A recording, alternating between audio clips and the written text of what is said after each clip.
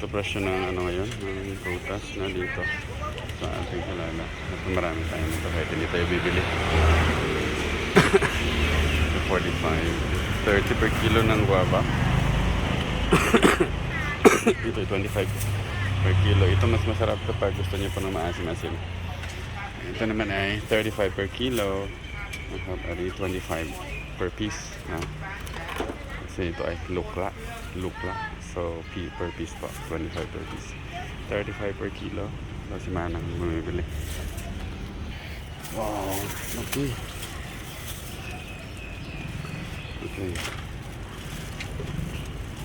อันนี้มีถึงโลไหมครับ โลกว่า อ๋อเหรอ แต่ป้า ดูสิ more than a kilo โล ใช่ สี่ เท่าไหร่ฮะ 40 กล่องเอา40 บาท โอเคได้บอกเลยครับว้าว more than a kilo wow laki sobra 25 so 50 per kilo ito binili natin no? Yan binili natin kasi masarap yung klase na ano. Masarap din yan pero masarap din pagluto, masarap din siya pag hilaw. Yan po meron si pa-offer nisa tayo gagawa din yan.